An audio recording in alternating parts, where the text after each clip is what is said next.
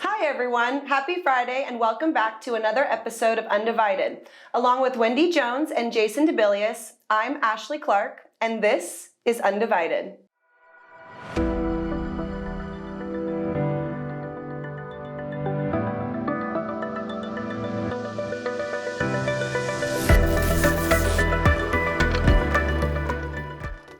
Okay, so there's tons of interesting stuff happening this week, starting with cable news anchor Medhi Hasan taking aim at Matt Taibbi on his journalistic integrity. Plus, Wendy's World is back today to talk about the Riley Gaines story out of San Francisco this week. But first, let's open up that free speech can of worms again with the current event out of Nashville, straight from the House floor. But before we go to the House floor, Wendy's World! Wendy's World! I'm so glad to have you back. Ashley, are you not glad to have this woman back? I'm stoked to have Wendy back. Look, we had back. a good time last week, but it has so been, we can't do this without you. Okay. Ashley, sorry. No, we can't. I'm not sure about that. You guys killed it, but I'm in. Let's go. Tennessee Representatives Justin Jones, Gloria Johnson, and Justin Pearson were accused of violating decorum rules for their part in a protest last week on the House floor following a mass shooting at a private school in Nashville, where 6 people, including 3 9-year-olds, were slain. So far to date, Justin Jones was expelled and reinstated, Gloria Johnson was spared, and Justin Pearson was expelled, with reinstatement looming in the balance. Here's a clip of him in the most recent hearing. That's why you're standing there, because of that temper tantrum that day, for that yearning to have attention. That's what you wanted, but you're getting it now. How many of you want to be spoken to that way? We're not talking about politics. We're not talking about even gun violence. How many of you would want to be spoken to that way? And so you brought attention, or tried to bring attention to me, but I want to turn the attention to the people. The people who will never be able to throw a temper tantrum for gun violence. You know, the Larry Thorns, the Catherine Kuntzes, the Mike Hills, the Cynthia Peaks, the Evelyn Decaus, the Haley Scruggs, the William Kennedys, who will never have a chance to throw what you call a temper tantrum for justice, for gun reform, for the ending of gun violence. They'll never have a chance because we haven't taken our oath seriously. Because we don't take people who we disagree with seriously. We tell them, you just are throwing a temper tantrum. So I have a question for both of you on that.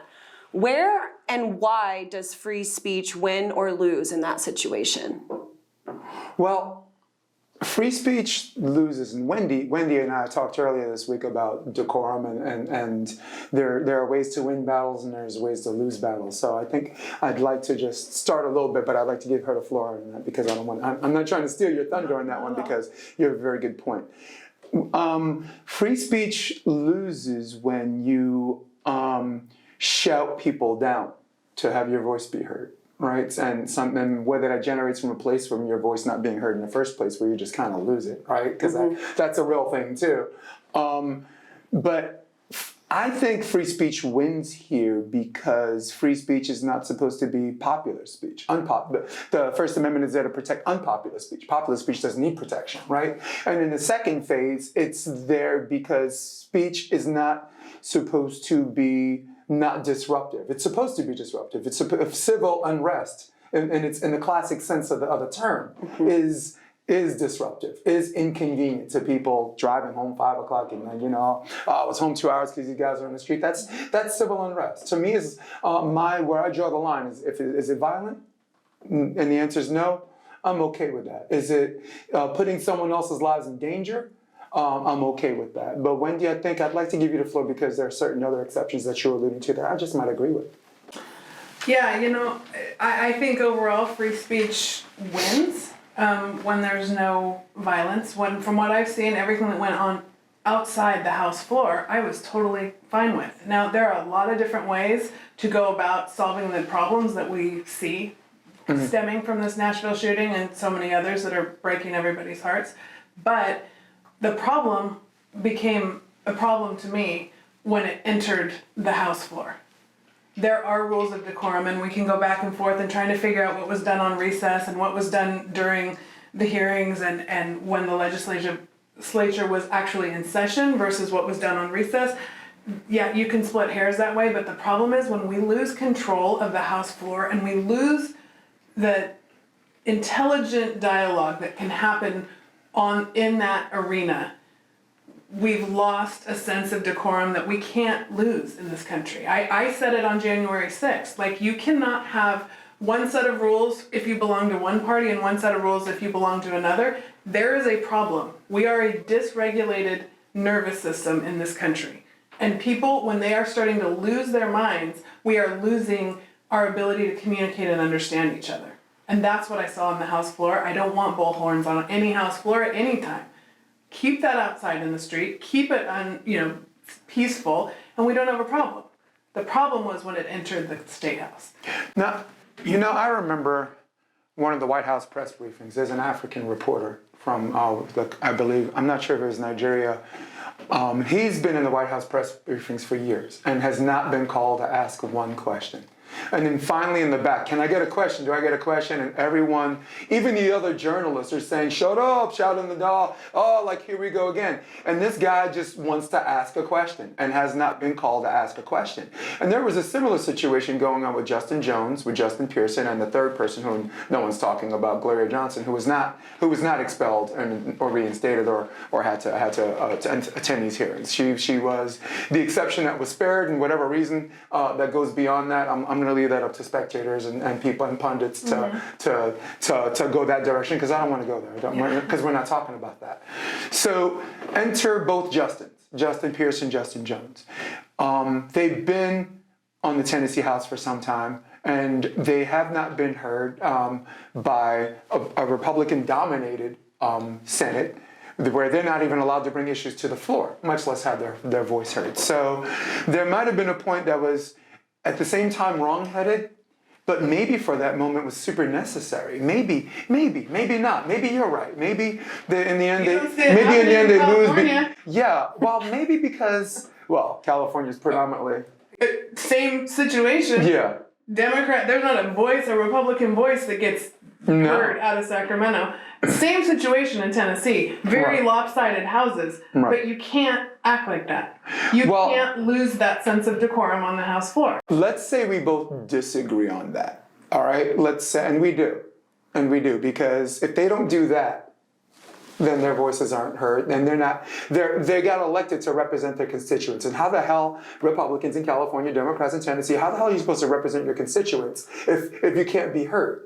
And the only way you can be heard is to form a gang, right? The squad, for the U.S. reps, right? The squad, AOC, Hakeem Jeffries, or whatever. That's a young group that's like, we're forming a crew of people that have enough votes to upset your balance. And the Republicans had a force the vote thing with McCarthy as speaker. Mm-hmm. Those guys were gangsters. They did it right. They're like, we like you as speaker, but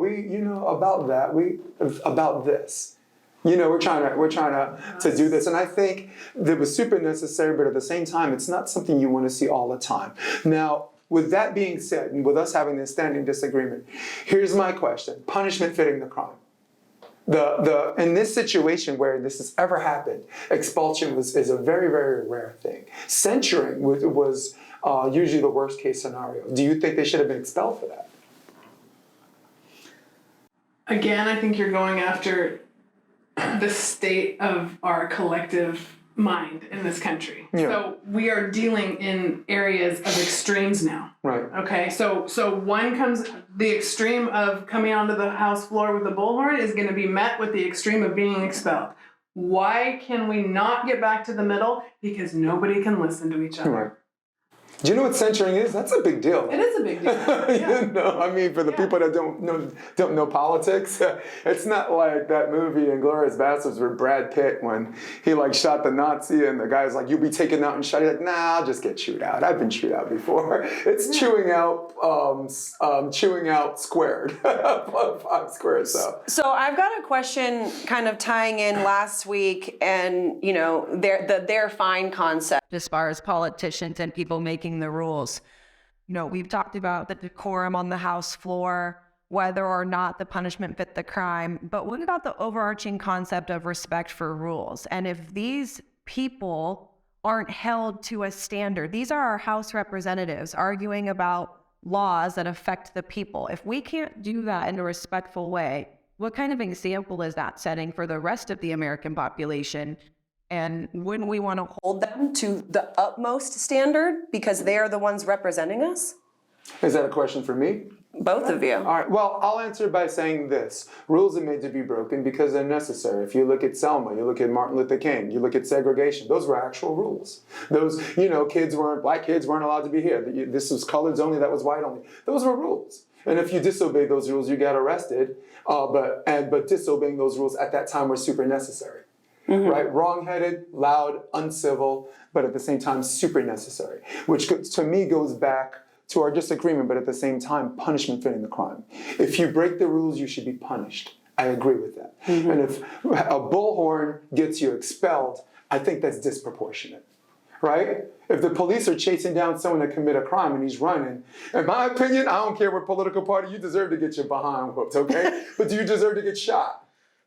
No. Did you have that coming? No. And that's my art. That's the foundational, right? Because Wendy and I already agree with what is, right? And the question is, what are we going to do now?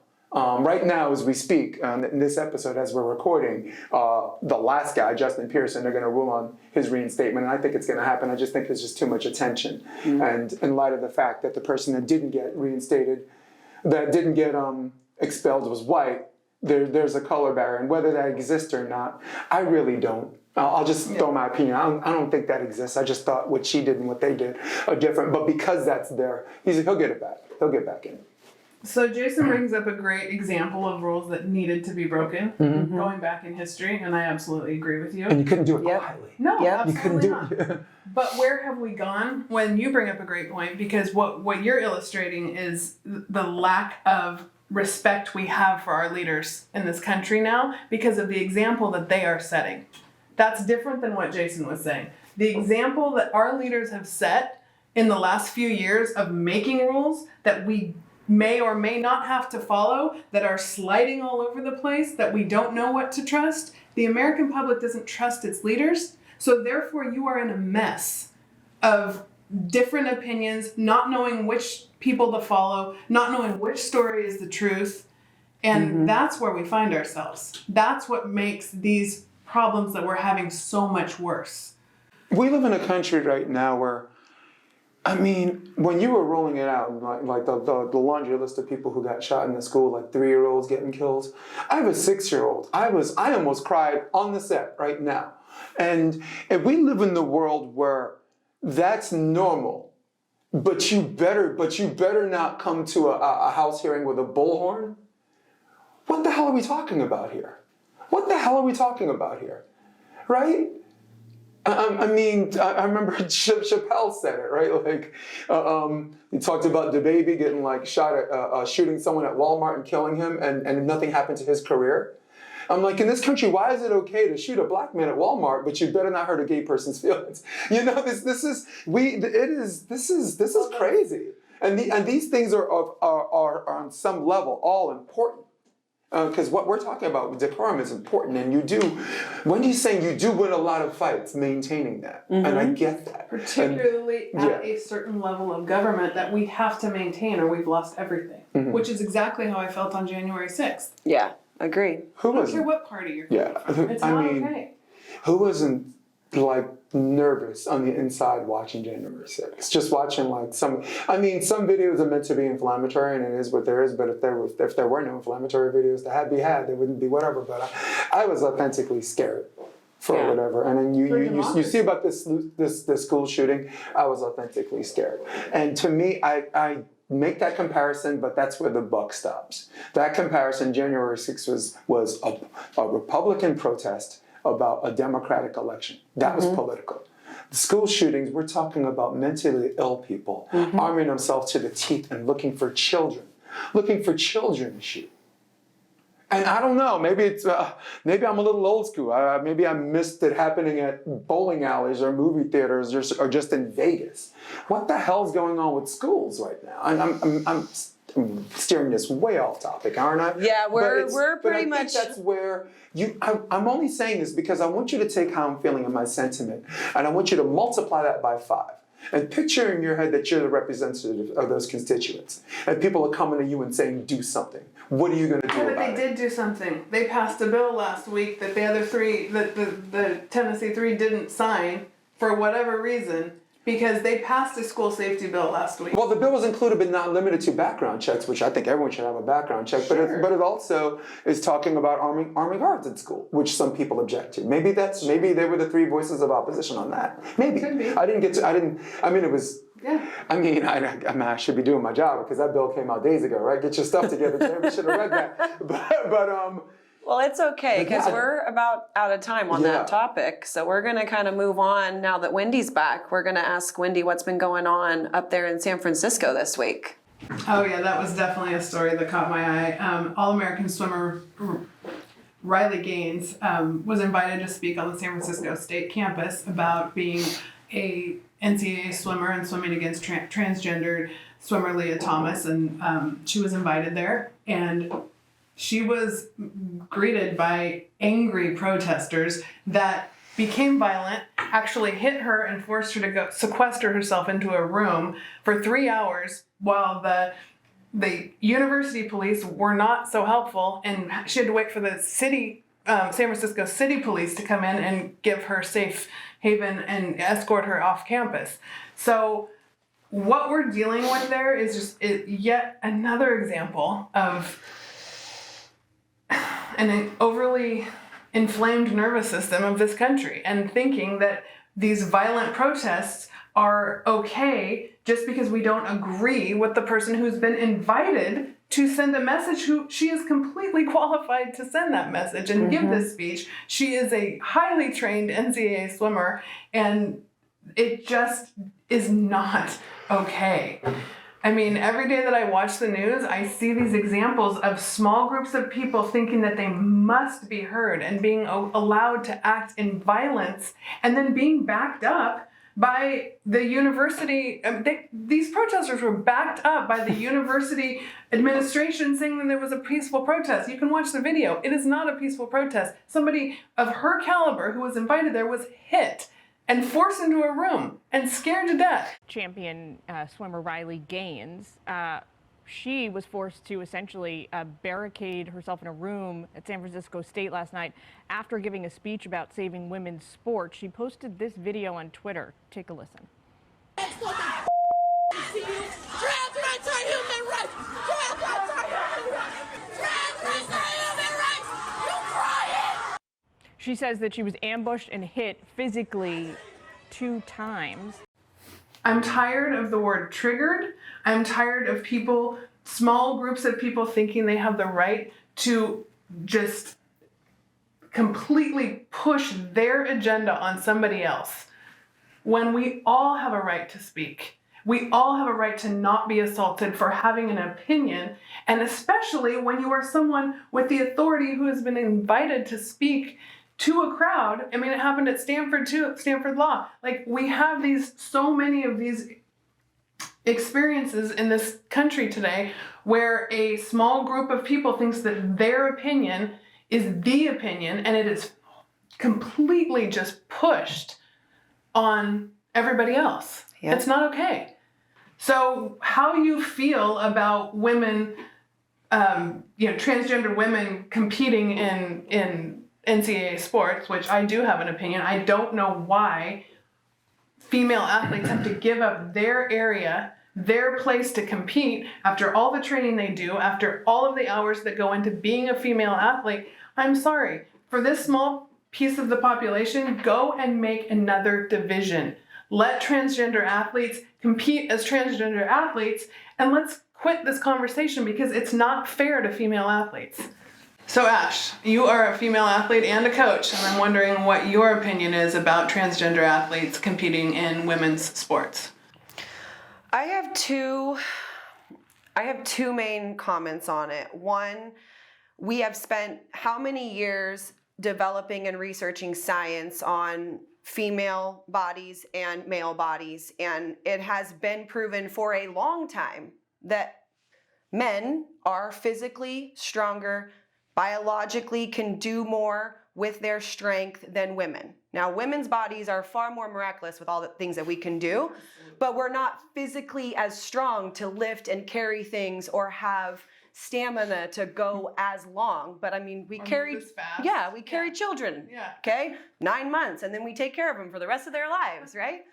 But my other issue, and that I think would kind of fix most of this discussion of women in sports is, what about the age at which they're able to make these decisions, right? We're talking about adolescents from the ages of 13, 14 when they're starting sports in schools, right, to college age. And then obviously after that, that's a different conversation. But if you support children through whatever thought process they may be having, but you wait until they become of an age that they can really make that decision, once they're fully formed brains, once they've had some life experiences, once they've gone through college, all of those things, then have them make that decision. And then we don't even have to worry about transgender females in sports, in our women's sports. Through the NCAA level. Yeah. Well, and Wendy, you had a kind of a pulse on that, and I wanted to pose that question to you, echoing the sentiments of Ash, how Ashley felt, because we had a previous conversation on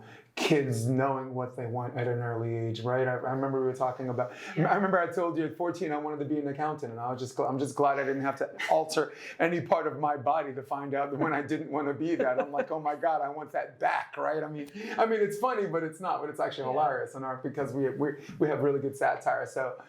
Some of your thoughts about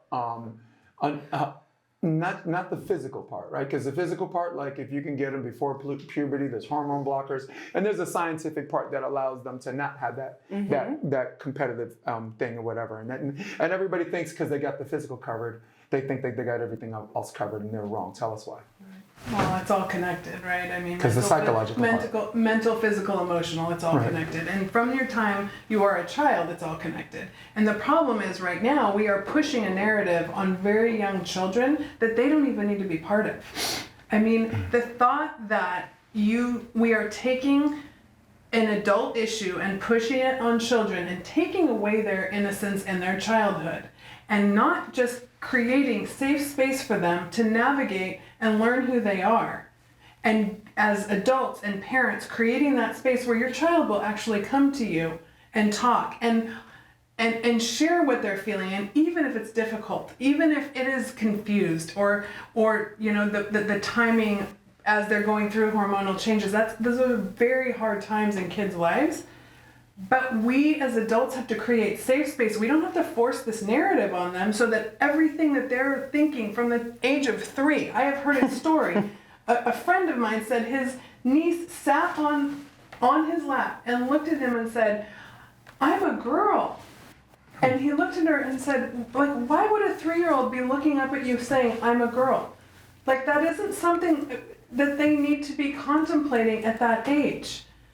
Like, this is not okay to be pushing sexuality on young children. It's not part of who they are yet. And I don't know why we have crossed over to this place where, rather than being adults, being allowed to make decisions and be who we are, which is a constant transformation all through life, but allowing adults to make adult decisions is completely different than allowing children to decide how they feel on that day and make a lifelong change. That is a recipe for disaster, and there are statistics to prove it. There is a study out there that shows that 50% suicide rate for male to female transitioning adolescents. That's terrifying to me. But you don't hear that in the mainstream media. And you take that one step farther and you think about how many times kids' minds change throughout the day. I mean, I can go back, you can go hair colors, you can go diets, fingernail polish, clothing, whatever look you want to be. I mean, I was a tomboy growing up, but never did I think that I was going to be that I wanted to be a boy or anything like that. But like you had alluded to, the stuff that's not in the news is some of the most scary concepts, right? So they're not even talking about those people at a young age that start to regret it or end up changing their mind. So Jason, I wanted to kind of preface you with this question. What about the detransitioning concept that's out there and the conversation that's not being told. I've seen a couple different videos on some detransitioned people, and they are torn apart from all of the hormone blockers and the mental health issues and the emotional trauma that they've been through all of this. So what's your take on that? Well, before I give you my take, I did a good job staying out of this because you had a great conversation about how this affected female athletes, right? And what does this mean to female athletes? Because the big discussion is not trans female playing in male sports, right? And the men don't feel threatened for the most part. I mean, we can do a poll on that, and if it's anything less than 99, I'd be disappointed in my gendered species. Okay. So I stayed out of it because I wanted women to talk about this. The last thing you want is a room full of guys and be like, all right, this is what we're gonna do about these chicks. You know, that's not the route I wanted to go. And I'm really, really honored and privileged that you guys had a chance to speak about that, which, by the way, in a snap poll echoes the sentiment of 83% of the population. So I don't even know what the hell everyone's talking about. Like when 83% of the people think that transgender females should not be in women's sports. 83%. All right, and they didn't do this poll on Fox. It was a Pew poll. So getting back to the detransitioning thing, if you look it up on Wikipedia, right? The number says unknown. And then you keep looking and it's like, oh, it's only 1%. Oh, it's so rare. Oh, then it's 1 to 5%, you know, as far as detransitioning or this and that. So no matter what number you come up, because no one wants to support this study, no one wants to because it's killing a narrative and it might promote hesitancy from people jumping into this without a parachute, right? And the reason why it's not talked about is because like there are some kids that do identify with being for that and whatever, and for that, my personal opinion, wait till you're 18 years old and do whatever you want, right? Because right now you're not even old enough to serve in the military. You're not even old enough to purchase an alcoholic beverage. Why? Because we think kids don't know any better, right? Right? You can't drink vodka, but you can change your sex. This, you know, I mean, your knee-jerk reaction is this is insanity. But getting back to the detransition thing, the lurking variable are not just the people that got the transition and detransition. The lurking variable are the ones that want to get it, but are hesitant, and like you said, are being pushed. The lurking variable are the people that already got transitioned and want to detransition, but now anything they say, they're not only getting shamed by the transphobic guys and the homophobic people, but they're now getting shamed by the transgender community. Yep. So very much like a mixed person. I'm black and I'm white. There's been a lot of, I grew up with a lot of shaming from both just for being born this way, right? Which is why I'm okay with saying born this way. I'm totally okay with that. In fact, scientifically, there is a term called hermaphrodite, right? There are people that are born with both genitals. And man, you know, you got to make a choice. I mean, that's a difficult choice for them. What do we say about them? That's a marginalized category. Sorry. It's a small percentage, though. And they're all small percentages, right. though. And so for the proportion of the argument that is being pushed through the news narrative for a small percentage of people, it's not okay. But that's what I'm fighting for right now. I'm fighting for a small percentage of people who got it and have either changed their mind and gotten shamed or want to change their mind but wouldn't dare. That everyone's like, oh, those guys are just, that's rare. And because they think it's rare based on no study out there, because you won't find one because they haven't done one. I sent you an article, a very, very good article on there. And our guy Josh will tag it up on there, the link or whatever, for you guys to read on that right there. Boom, right there.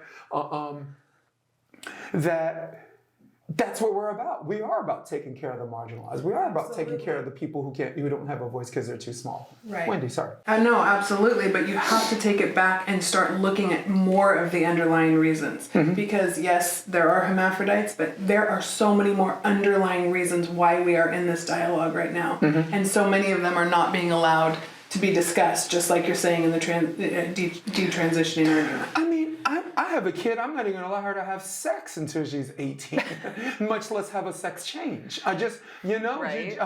what are you talking about, man? That's another Ain't point nobody right coming there. to this house. picking you up for prom? That's gonna be outside. As far as detransitioning, the number that I saw was anywhere from 1% to 25% have had some sort of feeling of regret or wanting to detransition. But the piece, and we're going to ask one more question before we go in. 1 out of every 4. You're saying as much could be as high as 1 out of every 4. That's what you're saying, right? Correct. That's Wow. what that was the stat that I read. Yeah. Okay. And So my question then, though, is more about what you said about the transgender community bullying or being against people who want to detransition because it doesn't fit their forced narrative that's on the news. So for me, why is the transgender community a community that wants everybody, themselves specifically, to be accepted and included, but yet when one of their own decides that it's not the best decision for them and they leave, they're not accepted that they're leaving, they're bullied into staying or bullied into not being heard. Like, that's a problem to me. Do you want to leave that question out there for them, or do you want one of us to answer that? I mean, if we want to go quickly, let's say something quick. That's another case of hypocrisy, like we were talking about last week. Yep. And really allowing people to be who they are. If we're really about that, we're going to let people be who they are all the way through an evolution of a person. Yep. Right. So Agreed. can you stay calm and let people be who they are? Yeah. And that's a big thing. And anytime you are looking for validation from someone else to tell you who you are, you've already lost the battle. Yeah. 2 words, Ashley. Gang mentality. All right. Now, you got Democrats, you got Republicans, right? We don't know who incited that. We don't know which chosen few that inspired the Republican Party during the Lincoln whatever. But it got big enough where it doesn't even matter who started. It's just too big. Where if you steer away from this, you steer away from that, you're no longer part of the gang, right? You got Tulsi Gabbard that went from CNN debates to on Fox show. She's a sellout. She's not one of us anymore, even though her Democratic values stay the same, right? Russell Brand is referred to as right wing. Joe Rogan's never voted Republican in his life and is referred to as right wing because because if you do, and they set up this mentality where you can't share ideologies and philosophies and have healthy discussion like we had earlier on. Wendy and I had a huge debate. We're still friends. We're still going to go drinking, but gang mentality is a big thing. And now I don't know, as far as the transgender community, I don't know what small few ignited it. And I'm glad they did because it's an important topic to talk about because people do identify as being this. This is a real thing. Yep. All right? This is a real thing. But when the gang gets too big, it's no surprise that people behave like gangsters. You know, when you want to be part of a gang, it's no surprise that you behave like gangsters. And lastly, whether you're with Leah Thomas or whether you're with Gaines, I want everyone to be really, really careful. These people are just representing their own community. Like Leah Thomas got a lot of blowback, but that wasn't Leah Thomas's fault. That's the NCAA. If she wins prom queen over me, right, and everyone felt I should have won, it is in our human nature to get mad, for everyone to get mad at Wendy. Right. When the voters decided Wendy to be prom queen, not her. Absolutely. She didn't do it on her own. So gang mentality is the reason, and I went too long because I know we gotta move on to the next. That's okay. We're going to be right back with Jason's Jadar after this short break. I hope you're enjoying this new Be Better Media production of Undivided, produced by my company, Be Better Media. To see the world of why we are striving to share inspired edutainment, I invite you to please check us out at BeBetterMedia.tv. That's BeBetterMedia.tv. Welcome back to the show. Journalist Matt Taibbi seems to be dodging bullets left and right these days. Most recently, he was the target of cable news anchor host Medhi Hasan. Jason? Yeah, it seems that just when you thought Matt Taibbi was getting the hang of handling tough questions from people with virtual marching orders to come after him, you know? Most recently, Matt was on Medhi's show, getting called out for 3 errors in the Twitter files and his communication of them. Here's a clip of it. DJ, spin it. Let me finish the question. You can come back in. You also claim the EIP was partnered with the government Cybersecurity and Infrastructure Agency, CISA, to censor Twitter. But you mix up CISA, CISA, a Homeland Security Agency, with the Center for Internet Security, the CIS, which is a non-profit. In fact, you added an A to CIS. I think people can see it there in brackets to make that false claim. It's just error after error, Matt, on just this one topic. Error. But the other ones aren't. No. 22 million number came from their own report? Yeah, where did it came from a report in March. Do you know what the 22 million number is, Matt? Can you tell me? Because we checked. Your own words, Matt. You crossed that line, and Musk has you. Those are your words. The hilarity of this coming from MSNBC, which did nothing but vomit up fake Russiagate stories that came straight from the FBI for 6 consecutive years that you guys still haven't apologized for. It all happened so fast that even Matt himself didn't even realize that he, in fact, was not wrong about the 3 things he got called out for. Well, he was wrong about one thing. He got a year wrong. He said 2020. It turned out it was 2022. And this is something that no one knows, but they both agreed that he was wrong, and they corrected that before the show. What a mess. So I've got a question, Wendy. Is that the straw man fallacy? Is that the way to go? Or is there a better way? Well, in the age of 24-hour news cycles, like, there are going to be mistakes. And the truth is, yes, journalistic integrity matters. But in this case in particular, and so many others, one mistake does not negate the facts. He's trying to get him off of the fact that we are talking about the Twitter files, and so much truth. What is being exposed there? They are doing a mad job trying to negate what is actually true and showing us how our First Amendment rights are being attacked. That's the story, not 2022 or 2020. That's not the story. But the way that the news cycle works, and in a quick interview like that with an experienced news anchor, Matt Taibbi gets raked over the coals real quick and he's off. Yeah. And we're not talking about the real story. You know, you go on Joe Rogan, right? You get this 3 hours and you relax, you're good. You go on some of these independent news networks, they let you form whole sentences. And then you go to a congressional hearing and then some people roughhouse you, but you still got some people in the room white knighting for you. In this instance, the Republican Party with Jim Jordan, right? And then you have this gangster. The cable news anchors give you 6 minutes. They ask you a question threefold, and in the middle of you answering the first part, they blot over it and they spin you so many directions where you end up experiencing what we just saw Matt do at the end. He just snapped. He's like, you guys gotta be kidding. And that's not the route he wanted to go. Yeah. He wasn't trying to go ad hominem attack. He was trying to keep it about the point. Now, to answer your question, the real question, it shouldn't be about errors and this and that. The real question is, how much of this is true? How much of this is true, right? Like, if you actually just delve back into the emails, the truth resurfaces. Yeah. Li Fang, as Josh is going to put this up for us, Li Fang actually tweeted on Twitter and actually had a copy of an actual email saying that, hey, Matt, that part where you actually thought you were wrong, you weren't wrong. And it goes like this. CIS, which is the Center for Internet Security, is the government contractor that served as the intermediary between CISA, the DHS, and its partners, including local state governors, NGOs like EIP, which is Stanford, you know about that, law enforcement, and the FBI. Here's CIS's email explaining the process. Matt got it right. Matt got it right. And the thing that pisses me off is this guy's talking about integrity and talking about, you know, how's anyone supposed to believe you? Oh, what kind of person are you behind closed doors acting like this? And Medhi Hasan? Let me tell you something about Medhi Hasan. That guy in 2013 was on a show, BBC's Question Time, and just went off on the leader of the Daily Mail and the founder of the Daily Mail. Called him homophobic, called him all of these things. Here's the clip. So let's have the debate about who hates Britain more, because it isn't a dead Jewish refugee from Belgium who served in the Royal Navy. It's the immigrant-bashing, woman-hating, Muslim-smearing, NHS-undermining, gay-baiting Daily Mail and the Tory paper. All right, Medhi. That's who Medhi Hasan was in 2013. This is who Medhi Hasan is 3 years before that.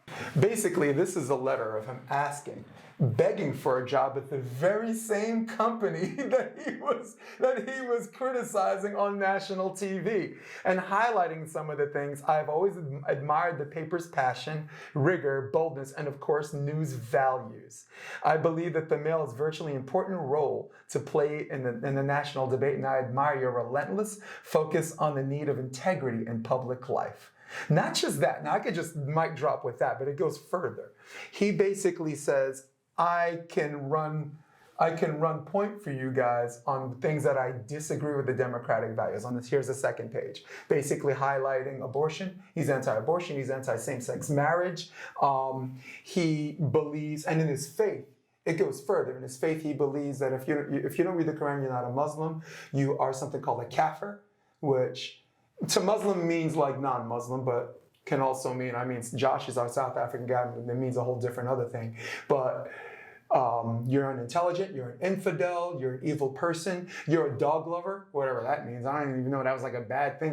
We like dogs. You like dogs? Yeah, I like dogs. You like dogs? No, trust me. Look, that's when I was like, you went too far. Not the dogs. Yeah.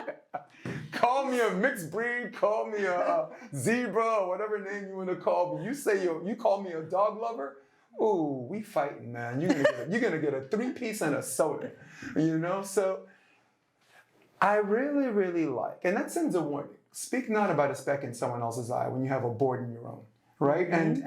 And in this world of the information age, where it seemed like Matt didn't survive, and if you lean so far one direction, they believe he didn't. But for like the majority of the population that are like, they were disappointed, and everyone says not so fast. Here we go again. He was accused of running point for Elon Musk. Mm-hmm. But if you read the news recently, they broke up. Elon Musk said he's not going to include Substack articles, and that's where Matt makes his money. And Matt is leaving Twitter. Elon just unfollowed him, so it's not like he did this because he wants to be Elon's stooge. The guy is one of the best journalists out there. Mm-hmm. And he's standing up to a lot of fire and maintaining his integrity. But they're not going to show you that. Oh man, what an incredible list of topics, man. What a healthy debate. But listen, before we go, we got some fan questions, all right? We're going to take 3 before we leave because I think I blabbed us into running out of time, so my fault about that, guys. Question number 1. This is hilarious. Come on. Do you think Joe Biden's going to make it to 2024? Yes or no? No. No. No. Oh, there's no one over there. Okay, cool. Question number 2. Do you think the Democratic Party wants Kamala Harris as to run for president? No. No. No. No. I'm a left-leaning centrist, and I can tell you, my pulse says they don't, keep Biden alive and, and pumping drugs. And the third question is, with Trump's indictment, does this give DeSantis more momentum, or does this make Trump more popular with his base? My hope is that it gives DeSantis some motion. Okay, so we got a hope, but what is it? Yeah. What? That's your hope, but what do you think is going on? What do you think is going on the real? On the real? Yeah. Oh, it's trying to draw eyes to Trump and give him a chance, but I'm hoping it's for DeSantis instead. Okay.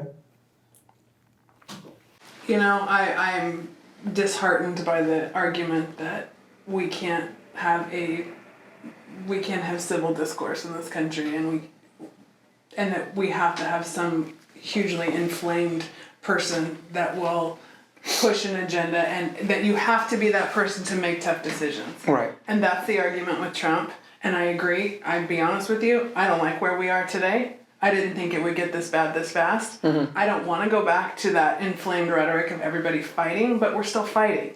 Yeah. So I would go with, I want someone who can make tough decisions. And I have not been a Trump fan. Nice. But I'm not getting on board with this. The way where we are now has made me more of a Trump fan, and I don't believe that the indictment that came out is not making me. It's like driving people into the arms of Trump. It is. I am someone who has tried to do this. I tell my kids all the time, I don't want to have dinner with the man. Can't you picture Trump saying, "Wendy"? God. Where's the camera? "Wendy, it's time to come home. It's time to come home." With big open arms. My short answer is this gives Trump more momentum because I think the charges are bogus. Anyone who has a law degree or has actually even been a paralegal or been a lawyer's child who went to the law firm for summer school can tell you that these charges don't stick. And if a judge, even if it survives misdemeanor, it won't survive felony. Even if it survives felony, it won't survive the statute of limitations. And if it survives the statute of limitations, the judge is gonna. Any good judge would laugh got this out of court. And like Wendy, it loads me to say that, right? Because it's not. That's our critical thinking skills, not based on who we like or dislike. I will say this before we go: Biden needs to be on the Trump drugs. Right, Biden's on that plane. He's tripping. He's falling. He needs to be told which way to leave the stage and this and that. Not Trump. He is juiced to the gills on something. That dude's on a 2-mile run with the Secret Service. Like, you're fired. I just want someone that can run with me. Yeah. So Biden, where's my camera? Biden, get on those drugs. You want to make it to 2024 with Simon, Paula, and Randy here? We say no, but yeah, you gotta, get on those drugs, man. Yeah. And actually, like, and with that, With that, thank you for joining us on another episode of Undivided. Don't forget to keep the conversation going by sending us a comment below or emailing us at info@bebettermedia.tv with any questions that you might have. Until next week, we are Undivided.